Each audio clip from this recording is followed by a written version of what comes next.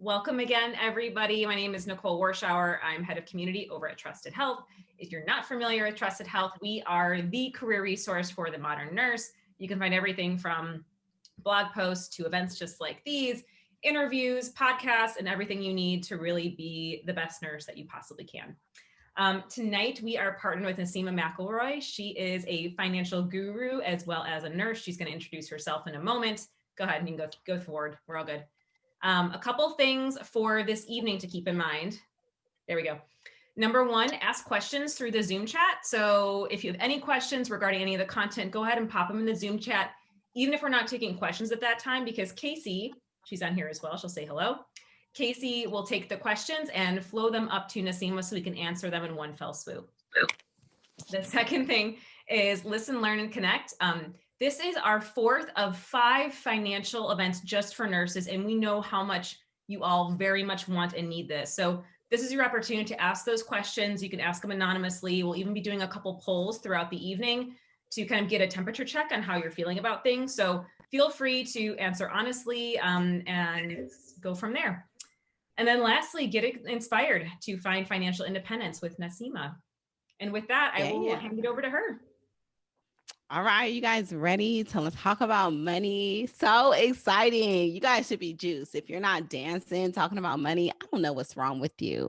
Anyway, why you're probably not dancing is because usually the room when you talk about money is filled with people who are kind of pale and stale.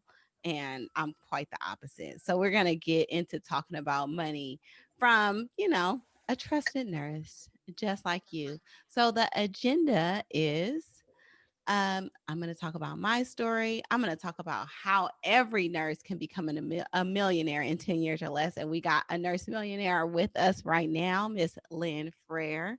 And we're going to learn how to give yourself a raise and stop living check to check because we know that struggle. And then we're going to talk about common mistakes, what to avoid when you're facing debt, when you're paying off debt. So this should be a lot of fun. It's super interactive. Feel free to ask questions. Like, as you can tell, I am, pretty informal. So anytime, stop me. If you're like, what? That sounds stupid, just ask me and I'll clarify. All right, let's go. So I am Naseema. That's me. I was cute. I had my edges done pre-COVID.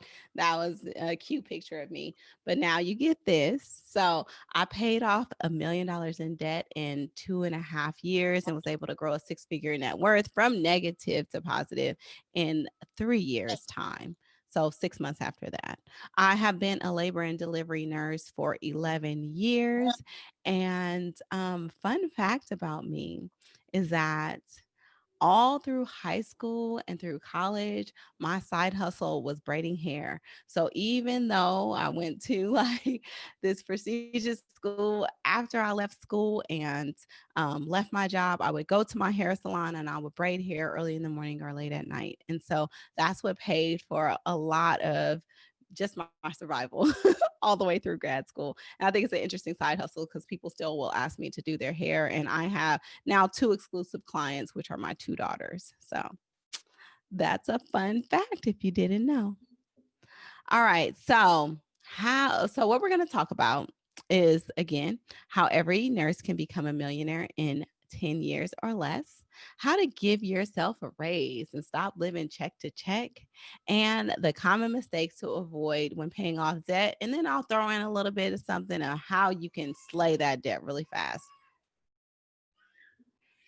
I don't know what's going on in my living room, but my kids are going crazy. So before we dig in,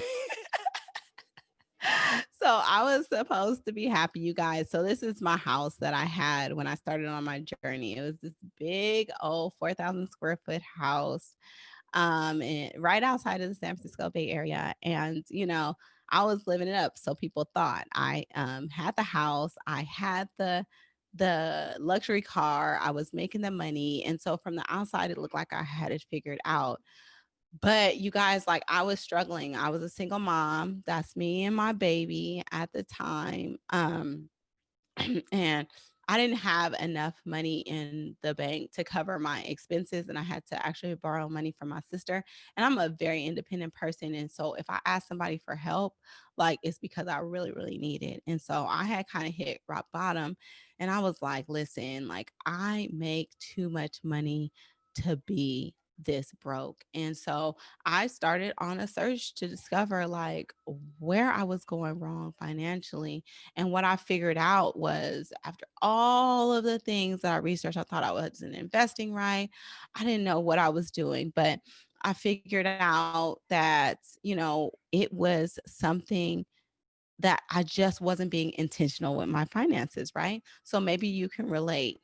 I had more month than money. So like at the end of the month, I was like, where the heck did all my money go? I do not have enough money to cover all these bills that are coming in. I was making payments on my student loans. This is a screenshot from my student loans, you guys. I was paying my minimum payment on my student loans was $1,900 a month. And so my balances weren't moving. As a matter of fact, they were kind of like building. And I was just like, oh my God, I'm paying all this money. Like it is not going anywhere.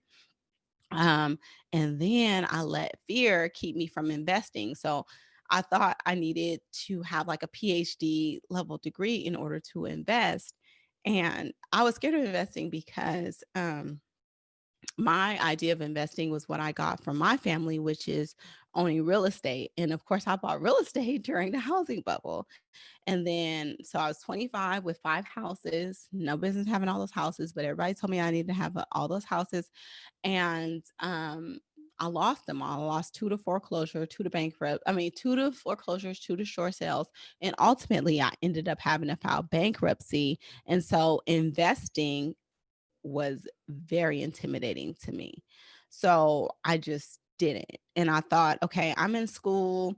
I'm going to get through nursing school. I'm going to get through graduate school. And then I'm going to be able to focus on investing. But until then, I'm not going to, because obviously I don't know what I'm doing. So then, like, I've finally figured it out. It was that I really wasn't like budgeting, like, I wasn't telling my money where to go. And then when I figured that part out, just that one little tweak out, I was able to turn my finances around so that I was paying off thousands of dollars a month in debt consistently. So from having not even $5 in my savings account to multiple thousands of dollars a month being able to go to my debt. And in 2.5 years, I was able to pay off nearly $1 million in debt. Now, at the end, that $1 million is because I sold my house. But before that, I paid off all these other things before I sold my house. I think at the point where I sold my house, I only owed like $50,000. And that was actually debt that got tacked on at the end. So just to let you guys know, I did all of this stuff while being a single mom initially, then going through an abusive marriage, then going through a divorce, and then being a single mom again. So I share this with you to let you know that whatever struggle you're going through, somebody else has been through that struggle and it's still possible for you. So, all right. So what I do now is make my money work for me. So it works harder for me than I work for it so that I can help people and other nurses like you gain financial independence. All right. Poll time. Before we go on, I guess this is kind of like people are like, what? We'll have time for questions, but here is the poll. Now I can't see the question. You want to read the question? Nicole, hold on. Sure. How many Okay, more go. years will you need to work full time before you retire? Yes. Can you see the answers coming in, Naseem? Yes, I can see Okay. him. I can see him. Pretty consistent with what I'm thinking.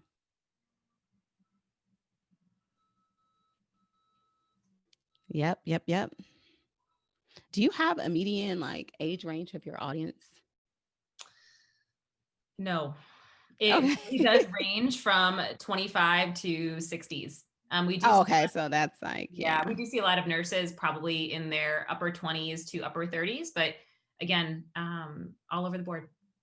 Cool, cool, We have cool. some ages coming in, some 20s, 30s. some more 20s, some low 20s, 22, 23, 23. That's what I was thinking. Probably maybe in the median would be for this audience, maybe like in the 30s.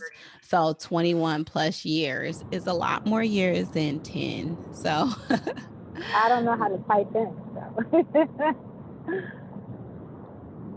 now I'm not 20-something years old.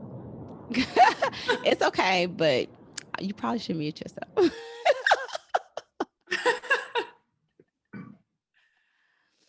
It's okay.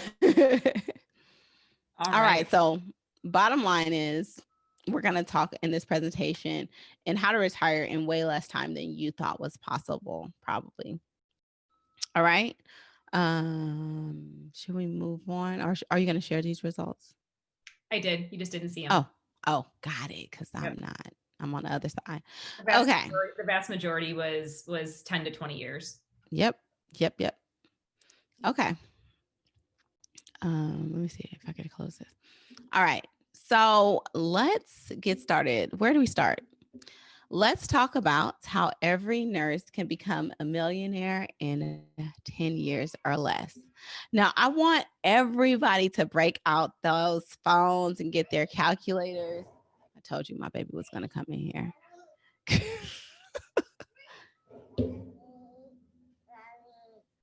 So this is a good... So we are all going to calculate what's called a savings rate. So your savings rate is, oh, this is fun. Your savings rate is your take-home pay minus your expenses over your take-home pay. And then that obviously gives you like a decimal. So you need to multiply that by 100 to get like a percentage. So if your take-home pay is $5,000 a month and your expenses are $3,000 a month, that would be $2,000 over $5,000 times 100. Naima. Sorry. Thank you. All right. Can you go back and show the equation just really quick? Yeah, I didn't want to go forward. Sorry. Oopsie. Spoiler alert. Okay. So this is the equation. So your savings rate is your take-home pay minus your expenses over your take-home pay. So I'll give that example again. If your take-home pay is $5,000 and your expenses are $3,000, then that'll be $2,000 over $5,000, which I can't do the math right now because somebody's trying to hog the mic.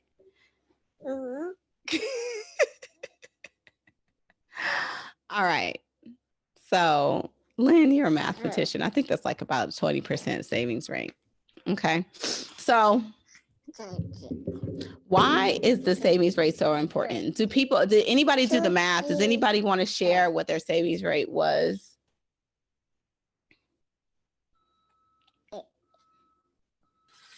Mine was 30-some%. Yep. That's pretty good, actually. Okay. Do we have any in the chat? Yeah, 40%. Does anyone else have any? Ooh. You want to share? 40% is pretty impressive. That is pretty impressive. Actually, so most financial advisors will have you say, oh my God, this girl, I'm sorry. Most financial advisors will have you save about 10 to 15%. On average, most people have a savings rate of about 3%. But for financial independence in the financial independence community, most people's savings rate is closer to the 50% range. And if your savings rate is in the 50% range, no matter what your income is, with the expectation that your expenses are in proportion to your income, you are able to retire in 10 years or less with a 50% savings rate. So this goes back to what we like to call the 4% rule. So the 4% rule says that if you are able to save 25x your expenses. So say your expenses are $4,000, 25x that would be what? $1 million. Then you could safely withdraw 4% of your income, at least 4% of your income for the next 30 plus years without having to work again. And so sounds like a pipe dream. Maybe, maybe not. But I have an example of somebody who was able to do that right here on the call. So Lynn was a guest on my podcast actually a couple times, but she helped me kick off my podcast. Thanks to Lynn. She gave me the kick in the butt to actually get it started. So Lynn was my very first guest on my podcast, and Lynn actually retired at 39, but 40 is just a nice round number. So she was able to retire at 39 because she had a high savings rate. And this is after having to recover, like having her savings totally wiped out, after having a brain tumor, having to relearn to walk and all those things in her 20s, and was able to rebuild and financially retire at 39. So it's totally possible. And these are the concepts that we teach and share on my platform on Nurses on Fire. But, the key is, and it's not a secret, if you get your savings rate high, so if you decrease your expenses or increase your income, then your savings rate will grow and you can retire in 10 years or less. And in order to retire, typically you need to be a millionaire. And so that's how every nurse can be a millionaire. All right. I know y'all got questions like, what, huh? Like, do we have any questions? Like, that's a lot. Like, usually people are like, what? I've never heard of a savings rate. What's going on? Like, retire, what? Millionaire? Like, questions. You guys can just throw them in the chat and I can read them out loud. So don't worry if you're shy. Daniel asked, is this all post or pre or combination of post and pre-tax dollars as a million? It's a combination. So you'll have, because it'll be your retirement accounts, which are both pre and post tax. And so it's just not one or the other. You're going to have your buckets of money. So for me, mine would be like my retirement plan, my 529, whatever cash savings I have, and then post tax investment vehicles. Real estate. A lot of people have real estate. So it's a whole mix of investments that make up $1 million. Okay, awesome. Let's see. Alexandria asked, what is a savings rate? Never heard of that term. So your savings rate is basically, it's that gap between what you're taking home and what you're spending on your expenses.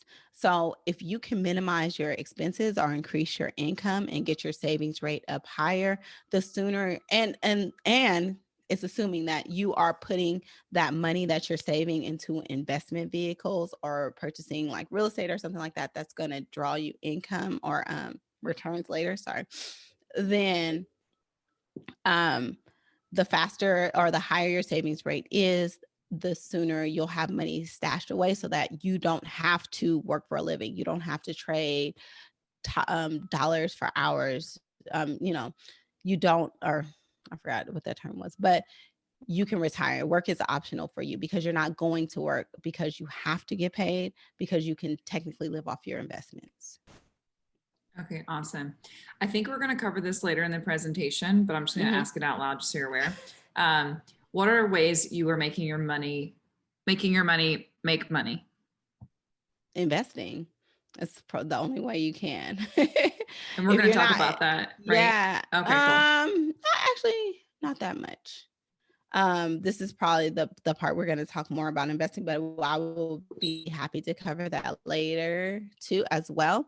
But your money has to go into investments in order to just like straight up counter inflation. If you have your money in a savings account, you're not gonna you're not gonna be able to grow your money. And so your money has to be invested. And the way that you invest in your retirement accounts at work, you invest in taxable accounts on your own, or you invest in things like real estate. And all those other investment classes, but the way you make your money work for you is by compound interest through investing. And just to interject, we are having Lynn will be featured on October 21st, an event straight up all about investing. Yes, so that's our last event of our series. It's all about investing, and that's on October 21st. So yes, I am. I'm very excited. I'm way too excited to talk about investing. It's probably not normal. Lynn is an investment guru. She's who I ask my investment questions to. So I'm glad she's sharing. You got to have a tribe, y'all. This is my tribe. So, all right. I think we have time for maybe one more question. Okay. And I think this is a great, just to clarify further. Can you go over the 4% rule again? Yes, I know. I kind of went over that really, really fast.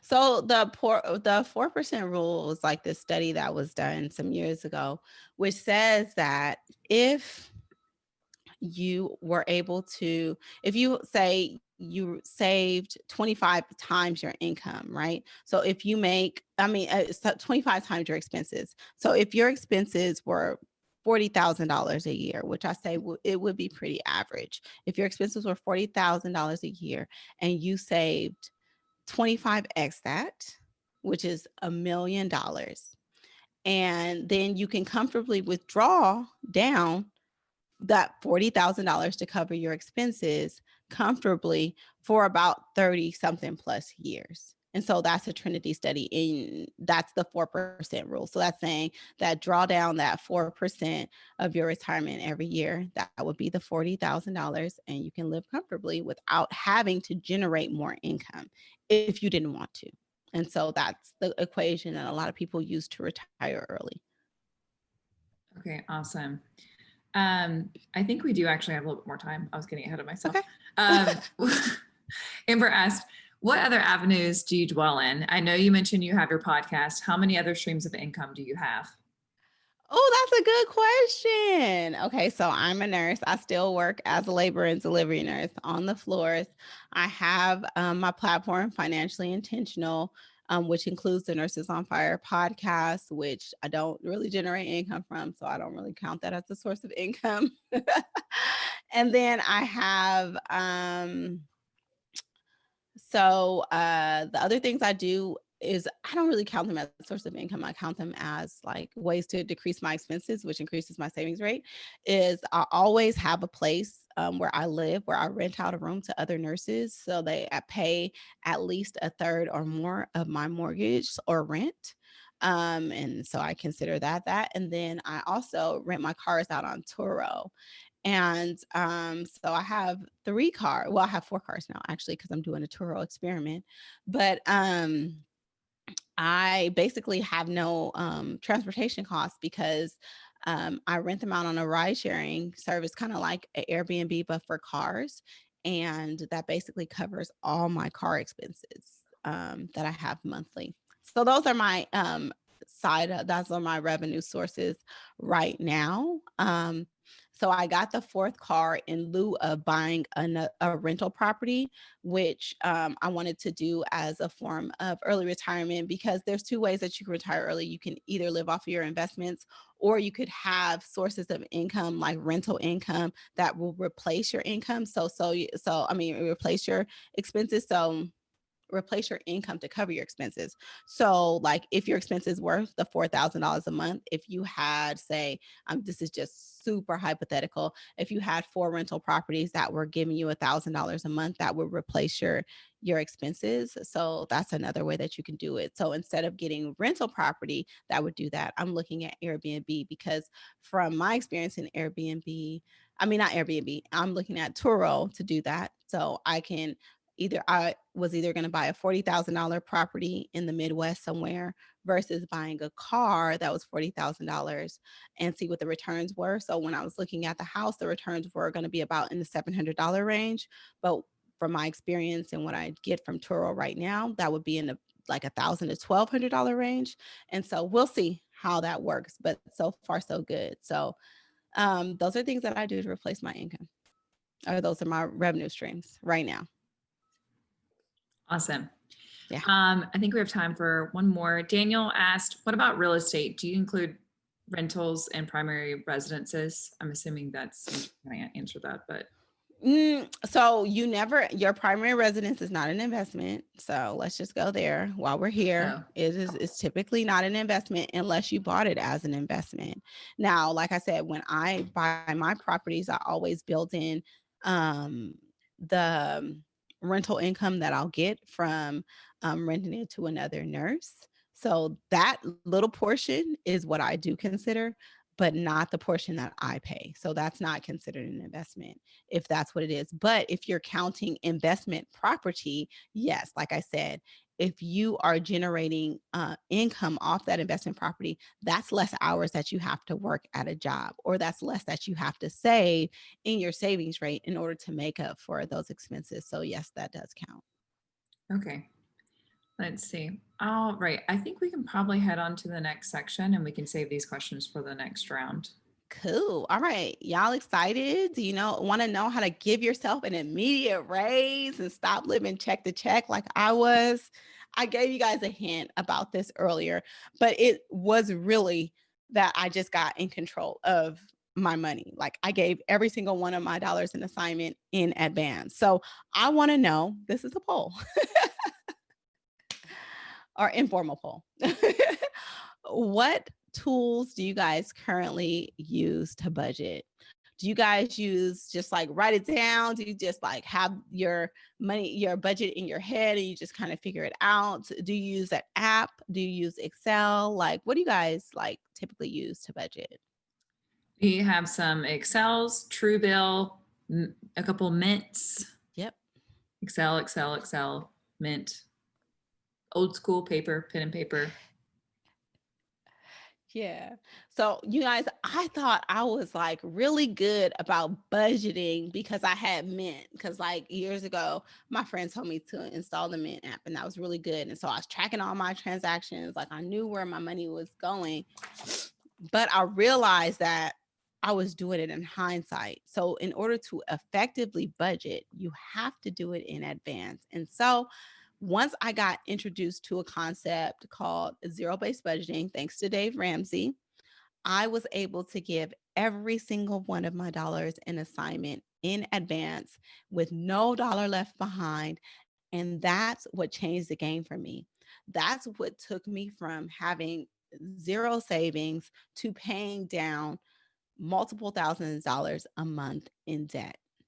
So just that simple shift of being intentional about where my money is going, hence my platform name, Financially Intentional, changed the game for me. Like that is the one thing, like budgeting is the one thing that I can attribute to my success. Like, because now I knew where every single one of my dollars was going and I was in control of it. I was able to prioritize where my money was going. And so what most people do when they budget or when they think about their expenses is they say, I have to pay X, Y, and Z expenses, and this is all I have left over in the month. And then they say, well, this amount of money is what I have to throw towards my debt or to put into my savings or to put into investments. What they don't do is set a goal. And so I had this like crazy goal. I'm the kind of person that I set crazy goals for myself. And so my crazy goal was that I wanted to be debt free by my 36th birthday. And for me, in order to do that, I would have to pay at least $4,000 a month towards my debt. Now that's crazy. Like I said, I had no savings, but I set this goal and I was just like, listen, I'm going to put that in my budget. So I put that as a top item in my budget. Like this has to happen. And then I adjusted all my expenses around it. And lo and behold, guess what? I either met or exceeded that amount every month just because I shifted. And let me tell you something. It's not because I was working more. A lot of people would be like, oh, you're a nurse. You just probably picked up extra hours and then just paid that. No, I was in an abusive marriage. I was going through a divorce. I was a single mom. The only thing that changed was me setting that intention and planning around it. So this is how powerful a budget can be. And this is why I stress everybody has a budget. It might look different for people, but this is what worked for me. And I know it works for numerous people. Okay. So this is what you do. You give yourself a raise because you're telling every single one of your dollars where to go. And no, this is not a commercial for Every Dollar, but I love the Every Dollar app that Dave Ramsey put together. And that's the app that I still use today. There are some great tools out there like YNAB. There's a whole bunch of other tools. People have some really powerful Excel spreadsheets. But speaking from my experience, this tool is really, really powerful. I used it, and that's how I was able to pay off all my debt so rapidly. So at the beginning, I do my budget the 20th of the month, for the next month. So what's this month? October 20th, I'm going to do my budget for December, and I will give every single one of my dollars a job. And guess what? Every month looks different. This is not an easy concept to grasp because you're budgeting for the whole entire month. Some people like to budget by paycheck, however they get paid. Um, and it does take some time and practice. It usually takes about 3 months of like being in this app consistently, like almost every day in order to get good. So if you thought you was budgeting before because you set up a budget one time and you didn't really follow it, you probably haven't like truly committed to a budget. And so once you can really commit to a budget and get in a rhythm and flow, you will see some drastic changes with your finances. So that is how you give yourself a raise and stop living check to check. You actually tell your money where to go instead of just going to Target and tricking off and not even knowing what you bought. All right. Questions about that?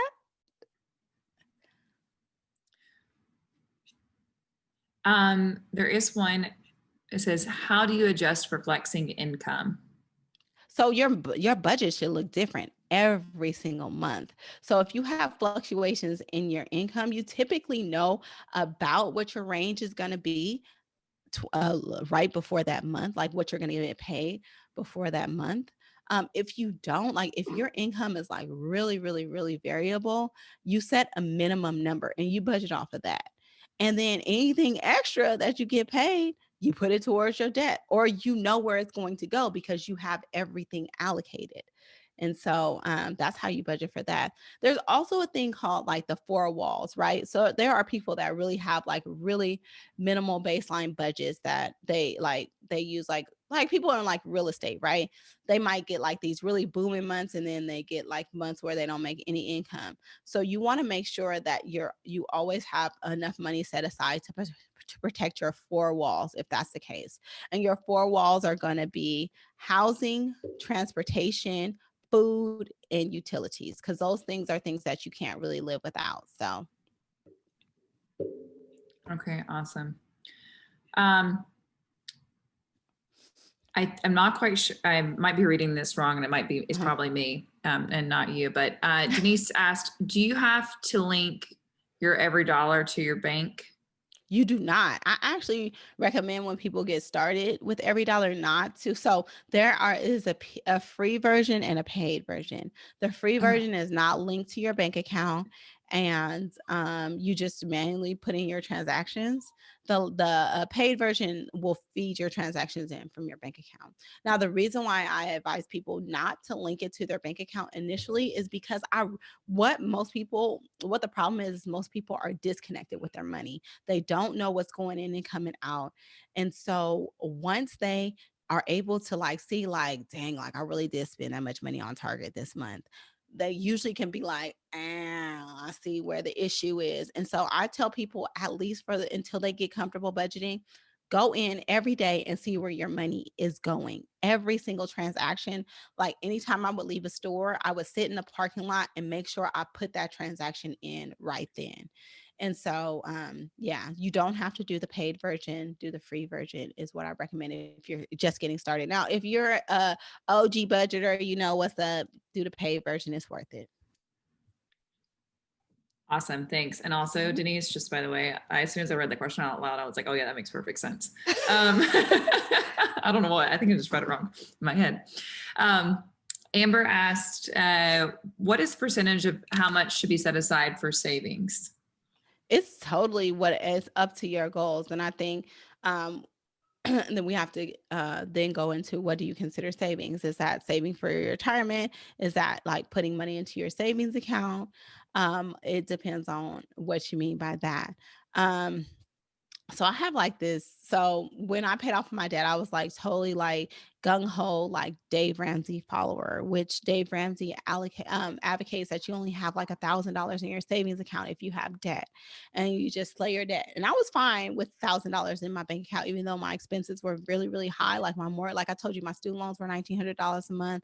My mortgage was $4,200 a month. I was fine with the $1,000 in my savings account because every month I could go in, and if there was something due, I just adjusted my budget versus having a drawdown from my savings. But what I say is, I always advocate people have like $1,000 in your primary savings account, and then 3 to 6 months of savings in a high yield savings account, because it just doesn't make sense. These interest rates are just stupid at your local banks. So 3 to 6 months in your high yield savings account. Other than that, the rest needs to be invested. And I know I'm discriminating, but a lot of nurses are women, and a lot of women have very high savings accounts where their money isn't like doing anything for them. And so move that money into something that's going to get better returns. So I advocate for you to have that money working for you. So the 3 to 6 months in a high yield savings account, and the rest needs to be invested in something. Okay, awesome. And with your every dollar budget, did you calculate those savings, and what about an emergency? So every dollar doesn't mean that you don't have no money in the bank. Every dollar just means that every one of your dollars has an assignment. So my savings is calculated in there. My investments is calculated in there. It's basically my take home pay. So anything. So if it's going to be like my pre-tax retirement funds, they're not going to be in there because they're already taken out before I get my paycheck. But everything else, all my other savings, everything is in there. So you're assigning every category that you need to spend money on in there. Every single one, like your kids, your whatever spending money you're going to have, every one of those is accounted for. Okay, awesome. And I think that's already been answered. So Andrea asked, any advice for those who have to work to keep health and dental insurance? I live in a state that hasn't accepted the ACA, and obviously I make too much to qualify for state insurance, Medicaid. And it looks like Daniel provided some resources there too. Daniel's a bomb. Thanks, Daniel. Daniel's also a guest on the Nurses on Fire podcast. Thank you so much. Oh, I didn't realize that. Yay, Daniel. Yes. What? He's the man. I love him. We love Daniel. Do you have anything that you can add to that, Naseema? I mean, listen, I'm going to tell you the truth. I'll probably be working forever because of insurance. So Lynn actually is the person to go to, because Lynn actually has a whole site and platform dedicated to insurance once you're retired early. So she's the person to talk to about that. But I don't know, being a nurse is hella easy to me, like easier than running all these businesses and podcasts that I have. And so like, if I can go in and just work a couple shifts a month and be able to qualify for healthcare, that's probably what I'm going to do for a long time. That's my solution, but that's just my solution. And there's other workarounds. The other solution that I had was just like leaving the country and getting travel insurance, which is hecka cheap, and like world schooling my kids for a while. So, I mean, like,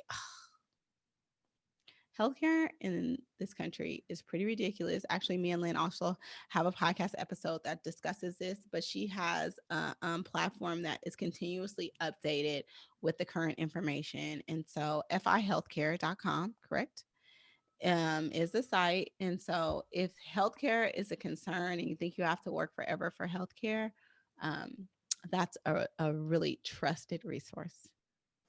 Can I say thank you guys? Yes, this is something that's very close to my heart. And yes, that website that Daniel referenced, that's my site right there in the chat. One thing specifically for nurses is often we're per diem and we don't get benefits, healthcare benefits, but usually there's a pay differential. So often, depending on your agency place of work, you'll get a 15 to 19% pay differential. And that comes at the loss of health benefits, matching, so you need to make the calculations. But if you go to the website healthcare.gov or my favorite ehealthinsurance.com, it can show you what you're eligible for outside of employer coverage. So if that website, and I don't make any money off of it, it's not a source of income. It's a net loss, and that's my choice because I'm very passionate about it. The password is given away right at the entry. It's community, and in there we'll have the links that I just mentioned. But yeah, it is. I believe that if people have more flexibility in their work, and that if health insurance isn't a tie to that we have more creativity, we have more innovation, we have happier humans. And so that's why I made this site. So thanks you guys that referenced it. Yeah, I told you Lynn was the bomb.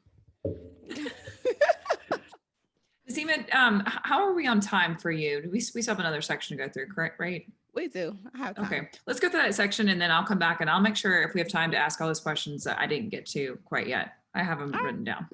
Cool.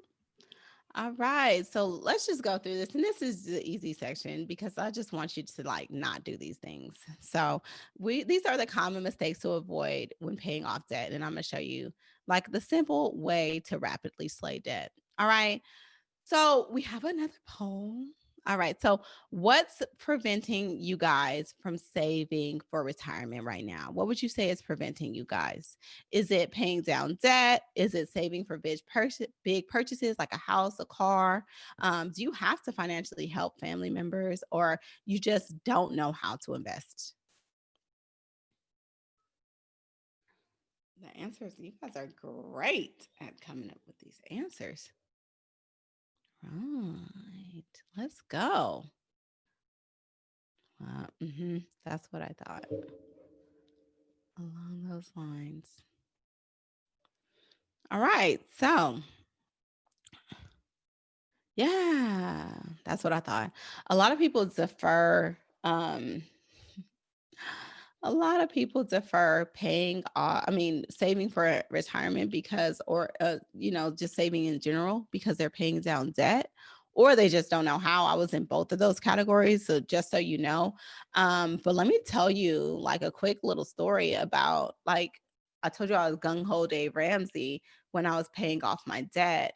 And I stopped saving in my retirement account. And then on top of going through a divorce, which is a whole nother issue, I had owed the IRS $30,000, which is, like I said, when I was at the end of my debt journey, when there was more money that I had to pay. So some of it was for my divorce. The other was for paying down the IRS because I wasn't saving while I wasn't saving towards my retirement while I was paying down my debt. And so that's a big lesson for me. I love Dave Ramsey. I love his advice, but personal finance is personal. And you guys, especially nurses, we're usually high income earners, and I live in California. California is a high tax state. And so, I ended up having to pay $30,000. So you guys, don't compromise your retirement savings because you're paying down debt. Save anyway. Save anyway. So that's my little spill on that. All right. So what not to do when you're paying down debt? So we talked about make sure you're still investing. Invest at least up to the match, y'all. Y'all got to be putting something away. All right. So what not to do? Please don't pay these credit card servicers, these people to help you reduce your debt. These debt consolidation people, believe me, I get these questions almost every day where people are like, is this a good debt servicing company? No, don't do it. I've done it before. They didn't pay my bills on time. They sent me backwards in my credit score. A lot of the things that you can do on your own.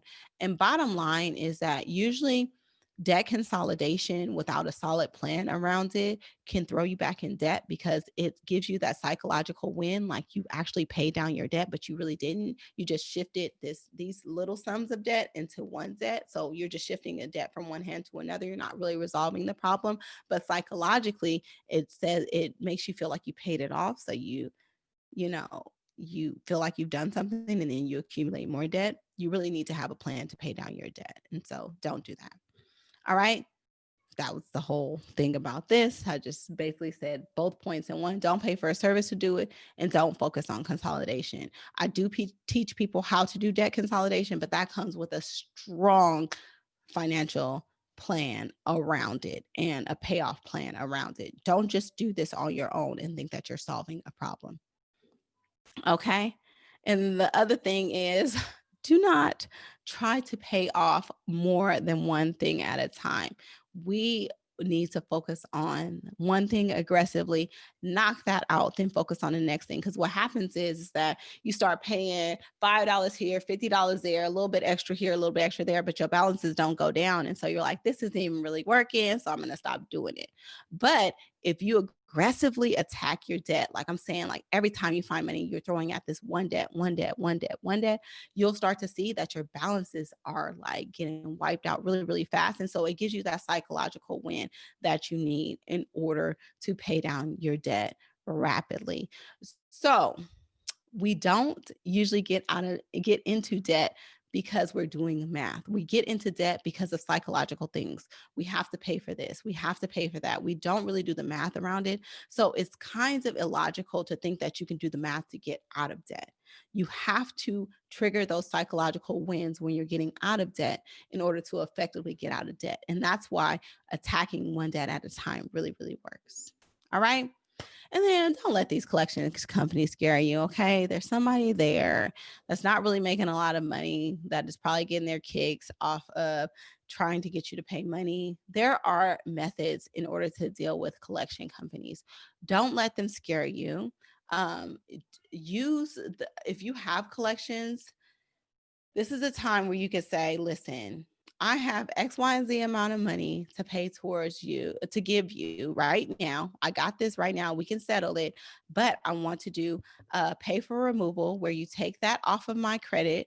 If I pay you the settlement, we'll get it all in writing, and I'll hand you a cashier, and I'll mail you a cashier's check for it. Okay. Don't let them scare you. Take control of the situation. What a lot of people do with their money in general is that they try to ignore things, and in ignoring things, it only makes the situation worse. And these people can be quite intimidating, but just flip the roles on them and tell them, either I'm not in a place to pay right now, but I will when I get to that point, or just say, this is what I have, take it or leave it, or just call me back in a couple months and we can renegotiate it. But don't let them scare you. All right. So in order to rapidly slay debt, the method that I used was making sure that I gave every single one of my dollars in assignment in advance. I focused on one debt at a time. I used the debt snowball method, which was that I paid my smallest balance first, aggressively attacked that while paying minimum payments on everything else.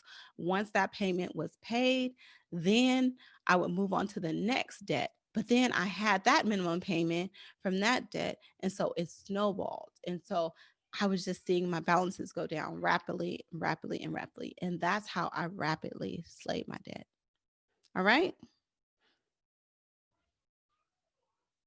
Somebody just give me some money. Any questions on this section?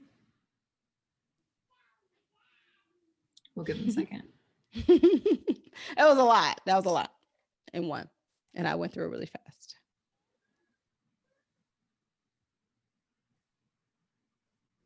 Lynn was smart. She probably never had a debt in her life, except for her house. Oh, no, I had a bunch of medical debt, actually. Oh, right. Yeah. I forgot Yeah, about that. I had $100,000 of medical debt over the years. I added it up by looking at my tax returns. And I had 32,000 of student loans. So, I didn't know that, Lynn. which is small now compared to graduates who are coming out. But back then that was a lot for school. But yeah. Let me give you a little bit of advice on medical debt. If you have medical debt, please don't put it on your credit card. Okay. Because usually medical debt doesn't have any interest on it. And a thing about medical debt, and this is firsthand for somebody who used to actually reverse medical debt in a healthcare organization that I used to work for that should go unnamed. But I like we used to have committees where you would just come, you would present like why you can't pay this debt.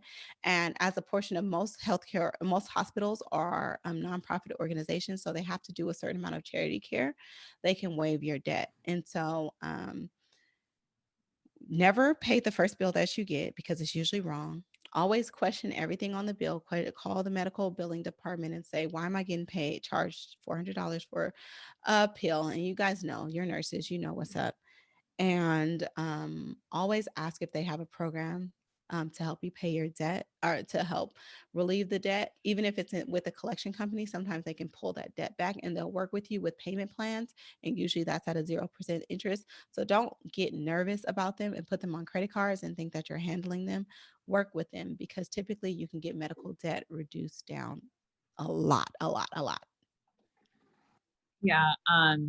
Someone just shared that for medical debt, ask for an itemized bill. It tends to be lower. Yes, exactly. I've actually been told that too. Well, I know I have to put in charges, right? I have to put in charges. Like after everybody delivers, I put in the charges. And listen, after doing pushing for something like 3 hours, like I'm not about to go through and make sure every single one of those charges is correct. Okay. I'm just about to hit this bundle button and send it through because I'm tired. So I know that there's mistakes in billing. So you have to make sure that you go through every single one of those bills. Nice. So Alexandra asked, I want to do Snowball, but my husband wants to look at credit cards with the highest percentage. Thoughts? I was going to say something mean, but I'm not.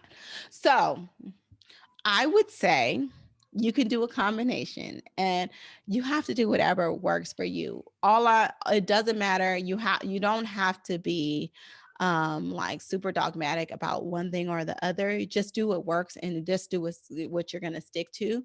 I know a lot of people that do a method. Like, first of all, I have like a thing that a caveat, which is called like emotional debt.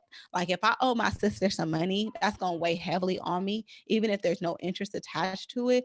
If it's a higher balance, I'm going to pay her off first because I don't want to be owing my sister any money and I don't want to have any family rifts. So just do what works for you. Have a conversation with your husband. Start paying off something. Don't wait and don't use that as something to like delay in paying off your debt. Like start knocking out something and then you guys can reevaluate. Okay, nice. Missy asked, with so many great COVID contracts this year, we have a hefty savings. Would it be more beneficial to buy a home, our first, or pay off debt? We need to start investing, but it's hard to find somewhere to start. Should we do both? All right, let's talk about this. Yes, there are some hefty COVID contracts out there. First of all, like I said, women have money sitting in their savings account.